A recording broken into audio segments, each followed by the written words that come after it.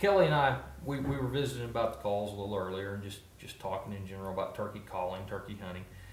And this conversation kind of shifted to about box calls and how it seems like there's just something special about when you're calling a turkey and about the way a turkey will respond to a box call a lot of times opposed to a pot and peg, be it slate or glass or whatever the surface.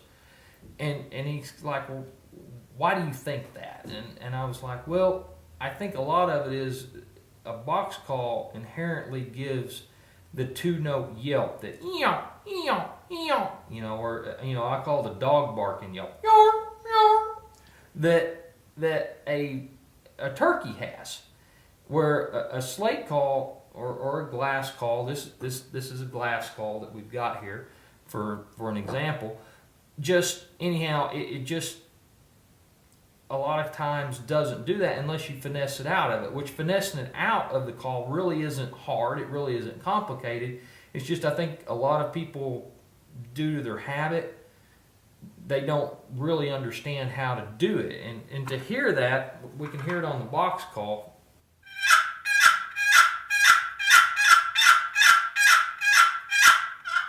You can hear that tone where they call it a rollover or a front end in call maker lingo or in turkey calling lingo. And when you're dealing with a pot and peg, regardless of surface, a lot of people, I see it a lot when I'm doing shows or seminars and things, they'll take their call and they just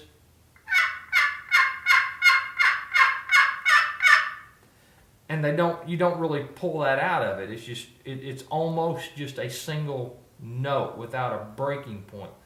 Whereas if you learn how to really finesse the call, you're going to take your striker and instead of scratching and picking up and scratching again, you're never going to take your striker from the call surface. But the striker will continually go in a circular fashion, counterclockwise,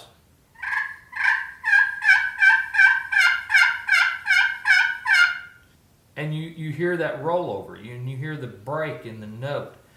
And you can drag the striker backwards on this all day long. You're not going to get a sound. But by going forward, you get that full range from the start to the finish with the rollover and the break.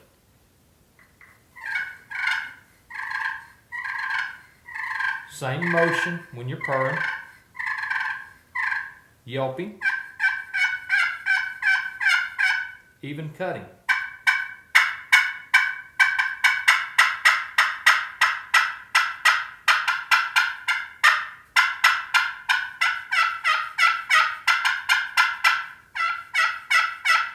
You never pull that striker away from the glass in this instance, or slate, or aluminum, whatever it is.